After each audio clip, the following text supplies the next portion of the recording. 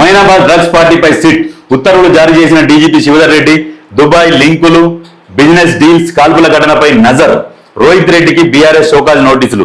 BRS show cause నోటీసులు ఎందుకు ఇచ్చిందంటే అందరు అడుగుతున్నారు, బీఆర్ఎస్ కి సంబంధించిన క్యాండిడేట్ కదా రోహిత్ రెడ్డి, మరి ఆయన డ్రగ్స్ తీసుకున్నప్పుడు ఆయన మీద చర్యలే అంటే చర్యలు కాదు. ఇక్కడ జరిగింది ఏంటంటే అందరు ఏం చెప్తున్నారు అంటే చాలా ఛానళ్లలో వస్తున్న వార్తలు ప్రతి దగ్గర కూడా చాలా మంది ఏంటంటే ఈ రోహిత్ రెడ్డికి సంబంధించిన ఎవరైతే ఉన్నారో కాల్పులు జరిపారో పోలీసుల మీదకి ఫైర్ చేసిరు. పోలీసుల మీదకి ఎందుకు ఫైర్ చేసిరు అంటే పోలీసులను చంపడానికో కాదు, అక్కడ ఏంటంటే డైవర్షన్. ఈ కాల్పులతోని పోలీసు వాళ్ళు అక్కడ ఆగిపోయారు. వెనక గేట్ నుంచి బీఆర్ఎస్ ముఖ్య నాయకుడు పారిపోయిండ్రు. ఇంకొక ఇద్దరు ముగ్గురు అందులోనే ఉండేనంట. ఆ ఇద్దరు ముగ్గురు పారిపోవడం కోసం కాల్పులు స్టార్ట్ చేశారు. కాల్పులు స్టార్ట్ చేసి ఏం చేస్తారు, ఏమో జరుగుతుంది, పోలీసులు డైవర్షన్ అవుతారు. డైవర్షన్ కాగానే వెనక గేట్ నుండి పారిపోయారు. అక్కడ సీసీ కెమెరాలు కనుక తీస్తే ఆల్రెడీ ఒక వ్యక్తిది, ఎవరో కాదు ఒక వ్యక్తి, కేటీఆర్ది కారు తీసిరు, సీసీ కెమెరాల నుంచి తీసిరు ఫోటో ఒకటి. మరి అక్కడ కౌశిక్ రెడ్డి కూడా ఉన్నాడని చెప్పేసి సమాచారం. కౌశిక్ రెడ్డి, కేటీఆర్, ఇంకొక ఆయన పోచంపల్లి శ్రీనివాస్ రెడ్డి, వీళ్ళందరూ ఉన్నారంట. ఈ కాల్పులు జరిపిన తర్వాత వీళ్ళు వెనక గేట్ నుంచి పారిపోయారు అనేది చాలా వార్తలలో వస్తూనే ఉన్నది. ఆ ఫోటోలు కూడా రిలీజ్ చేశారు చాలా మంది. మరి దీన్ని కూడా ప్రభుత్వం ఇప్పుడు సిట్ వేసింది కదా, సిట్ కూడా అక్కడ ఉన్న చుట్టుముట్టున్న సీసీ కెమెరాలు ఎక్కడెక్కడైతే ఉన్నాయో ఆ సీసీ కెమెరా ఫుటేజ్ తెప్పించుకొని అసలు దొంగలని బయట పెట్టాలి. ఈ దొంగలు బాగా మాట్లాడతారు. షోకాజ్ నోటీసులు ఎవరికి ఎవరు షోకాజ్ నోటీస్ ఇస్తారు? మీ దేవిటికి మీకు షోకాజ్ నోటీసులు పార్టీ మీదేనా, కత్తి మీదే, బొచ్చు మీదే ఈసారి క్యాన్సల్ చేసుకోవచ్చు, మీ చేతుల పని. దానికి మళ్ళీ పేరు షోకాజ్ నోటీసులు. మీకు మీ ఏమైనా జాతీయ పార్టీ, గోజుల పార్టీ, దానికి మీకు షోకాజ్ నోటీసులట. మరి చెప్పుకో, షోకాజ్ నోటీసులట ఉన్నదానిలో కేటీఆర్ఏ ఉన్నదానిలో ఫోటోలు కూడా రిలీజ్ చేసి కారు. ఇప్పుడు కూడా సిట్ ఏదైతే ఉన్నదో సిట్ నిజంగా వాస్తవాలను బయట పెట్టాలి. అలా మొత్తం అక్కడ ఉన్న సీసీ కెమెరాల నుంచి ఫుటేజ్ తెప్పించుకోవాలి. ఎవరెవరు పోయిరు, అందులో ఎవరెవరు ఉన్నారు, వీళ్ళు కాల్పులు ఎందుకు జరిపారు, వీళ్ళ లింకులు ఎక్కడి నుంచి ఉన్నాయి, ఎక్కడి నుంచి వీళ్ళకు డ్రగ్స్ వస్తున్నాయి, ఎవరెవరికి వీళ్ళు ఇస్తున్నారు, వీళ్ళకి ఎవరు ఇస్తున్నారు, ఇవన్నీ చిట్టా బయట పెట్టి ఈ దొంగల భర్తం పట్టాలి. ఎన్ని రోజులు ఓపికతో ఉంటారు మీరు? ప్రభుత్వం కూడా ఎంత యథేచ్ఛగా డ్రగ్స్ తీసుకుంటున్నారు.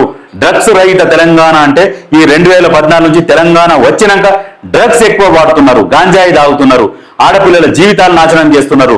వీళ్ళు దీని మీద ఫోకస్ పెట్టలే. నాయకుడు అనేటోళ్ళే ఇప్పుడు వాళ్ళే యథేచ్ఛగా ఎందుకు వదులుతారు? ఇప్పుడు ఎగ్జాంపుల్, ఉదాహరణకు ఒక ఇల్లు ఉన్నది, ఇంట్లో పెద్దోడే రోజు మందు తాగకుండా సిగరెట్ తాగుకుంటుంటే పొరగాలు కూడా ఆరాంగా ఎంజాయ్గా తెల్లారు లేస్తారు, మందు తాగుతారు, సిగరెట్ తాగుతారు, అన్ని జల్సాలు చేస్తారు. ఇల్లు ఖరాబ్ అవుతుంది అంటే కారణం ఏమిటంటే ఇంటి పెద్ద అనేటోడు చక్కగా ఉంటే ఇల్లు చక్కగా ఉంటుంది. ఇంటి పెద్దనే మొత్తం వ్యసనాలకు, తాగుడుకు, దానికి దీనికి మొత్తం అయిపోతే కింద ఉన్నోడు కూడా అందరూ అదే పనికి తగులుతారు. కింద ఉన్నోడు ఇంకా లేకున్నా కానీ అప్పులు చేస్తారు, లేకుంటే ఏమన్నా తంతారు, మర్డర్ చేస్తారు, చంపుతారు, తెచ్చుకుంటారు పైసలు. తెలంగాణ పరిస్థితి కూడా అట్లనే అయ్యింది, గుర్తుపెట్టుకోరు. దీని మీద మాత్రం చేయాలి ఖచ్చితంగా. ఇక్కడ చూడండి, డ్రగ్స్ టెస్టులకు మేము సిద్ధం, సీఎం రేవంత్ రెడ్డిని కూడా తీసుకొస్తాం, కేసీఆర్ కూడా పరీక్షలకు రావాలి, సభ్యులందరూ చేయించుకొని మంచి సందేశం ఇద్దాం, టీపీసీసీ చీఫ్ మహేష్ కుమార్ గౌడ్ చెప్తున్నాడు. మీరు మంచి సందేశం ఇద్దామని మీరు చెప్తారు, కానీ మేము రావాలి కదా టెస్టులకు, మేం దొరికిపోతాం అనే భయంతో బతుకుతున్నారు వీళ్ళు. దమ్ముంటే రమ్మను, మీరు ఛాలెంజ్ చేయరి. నేను నా పీసీసీకి, ఎమ్మెల్సీకి రాజీనామా చేస్తా, మీకు అందరికీ నెగిటివ్ వస్తాయని మీరు యజేచ్ఛగా గుండె మీద చేసుకొని కాలు మీద కాలేసుకొని రుబాబుగా సవాల్ విసురు.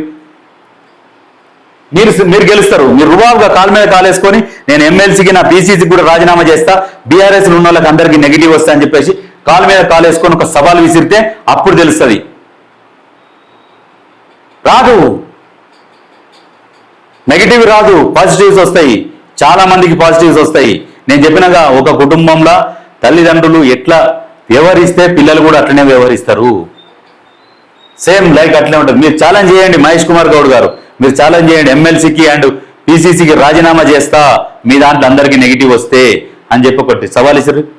10 పేర్లు చెప్తాం, 10 నెగిటివ్ వచ్చినా చాలని చెప్పు. మొత్తం అందరు కాదు, ఒక 10 పేర్లు మీకు నేనే చెప్తా. 10 పేర్లు కూడా రారాళ్ళు ఓన్లీ ప్రెస్ మీట్ పెట్టినప్పుడు మాత్రమే రుబాబుగా మాట్లాడిపోతారు. మేం ఛాలెంజ్, మేం రెడీ. రేవంత్ రెడ్డి ఆల్రెడీ వెనకటనే వచ్చిండు. రేవంత్ రెడ్డి, కొండ విశ్వేశ్వరరెడ్డి వీళ్ళందరూ వచ్చేసి నిలబడ్డారు రెడీగా. నా ఎంటికలు ఇస్తా, రక్తం ఇస్తా, అన్ని ఇస్తా, నేను ఇంతవరకు మందే తాగలేదురా నాయన రెడీకి వచ్చి నిలబడ్డాడు. వాళ్ళకి ఆ దమ్ముందా? నేను ఇయ్యను, కోర్టుకు పోయిండు. అది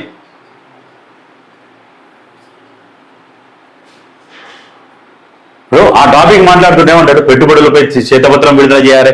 మీరు ఏ శ్వేతపత్రం విడుదల చేసిరు, ఎన్నిసార్లు విడుదల చేసిరు, ఏం జరిగింది తెలియదా మీ గురించి? మాట్లాడకూరి, టాపిక్ డైవర్ట్ చేయకూరు. అటెన్షన్ ఈ డైవర్షన్ పాలిటిక్స్ ఎవరంటే మీరు చేసేది. చేయకూరి, డైవర్షన్ పాలిటిక్స్ చేయకూరి.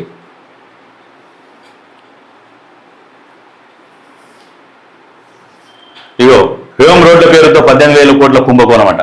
అసలు అది ఆ రోడ్లు ఉన్నాయా తెలియదు, దాని గురించి మాట్లాడినా తెలియదు, దానికి డిపిఆర్ ఉండదు, ఏది ఉండదు, ఉత్తగానే వేస్తారు 1,000 కోట్ల కుంభకోణం.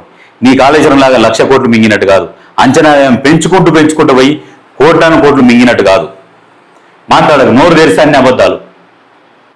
అసెంబ్లీలో మాట్లాడాల్సిండే పైలట్ రోహిత్ రెడ్డి గురించి కాంగ్రెస్ పెద్దలు మాట్లాడాల్సిండే.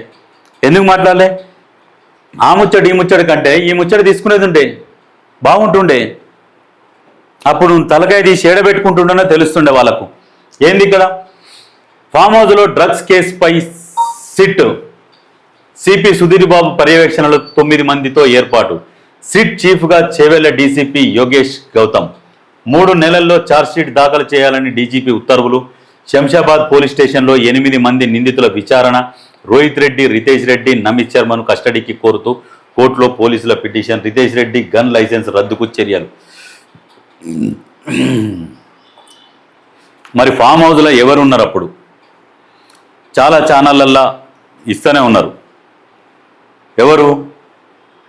కేటీఆర్ ఉన్నాడు, పాడి కౌశిక్ రెడ్డి ఉన్నాడు, పోచంపల్లి శ్రీనివాస్ రెడ్డి ఉన్నాడు.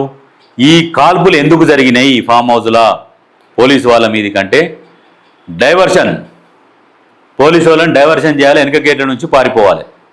అక్కడున్న సీసీ కెమెరాలు సిట్టు విచారణ జరపాలి. సిట్టు దర్యాప్తు జరిపి ఇంకా ఎవరు ఉన్నారు అక్కడికి, దొంగలు ఎవరెవరు వచ్చిర్రు, ఆడ కూర్చున్నారు. ఆ టేబుల్ మీద గిలాసాలు లెక్క పెట్టినా దొరుకుతారు కదా దొంగలు. ఎవరెవరికి ఎన్ని గిలాసాలు పెట్టారంటే ఆ గిలాసాలు చూసినా దొరుకుతారు కదా. మిగతా గిలాసాలు పోసుకున్న వాళ్ళు ఎక్కడ పోయారు అని అడిగితే కూడా చెప్తారు.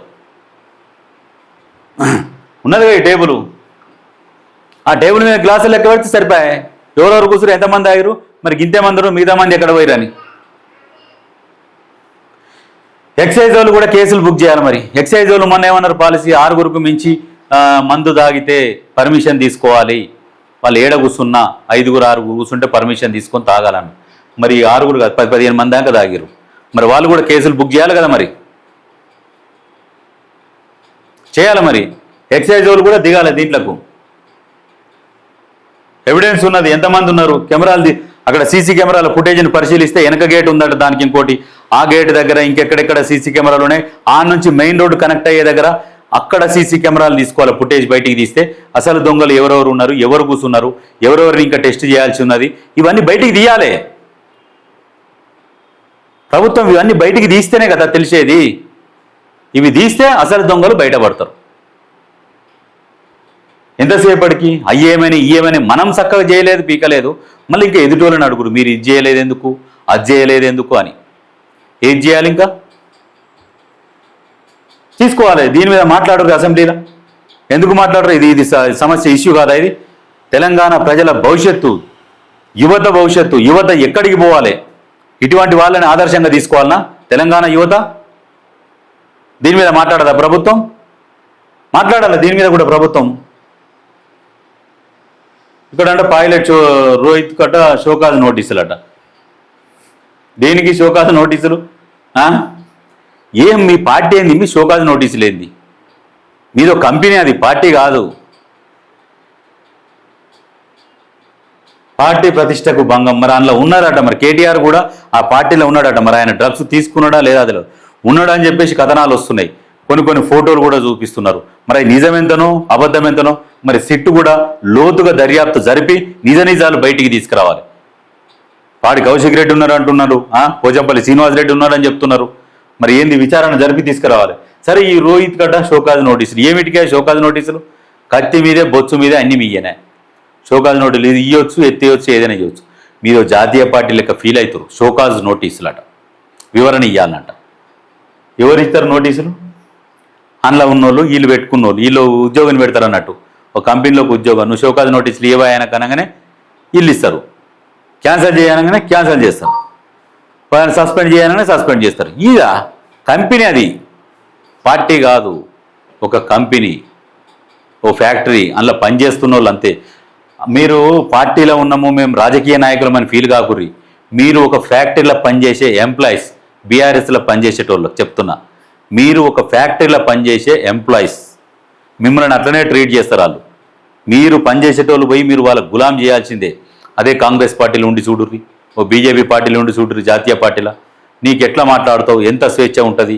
ఏం జాతీయ పార్టీలో ఉన్న స్వేచ్ఛ వేరే ఉంటుంది, ప్రాంతీయ పార్టీ కాదు, ప్రాంతీయ ఫ్యాక్టరీలో పనిచేసేటోనికి ఎట్లా ఉంటుంది? ఓనర్ని కాదని పోయి ప్రెస్ మీట్ పెట్టగలుగుతావా? పెట్టలేవు.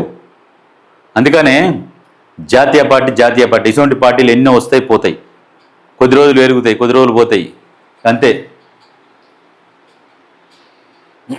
ఏమిటికి ఇది?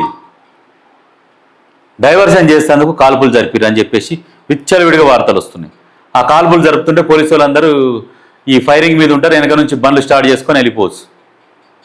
సౌండ్ పెట్టి, ఆడియో సౌండ్లు పెట్టి, ఫుల్ పెట్టి గన్లు కాల్స్తుంటే వెనక నుంచి బండ్లు సైలెంట్గా వెళ్ళిపోతాయి అన్నట్టు.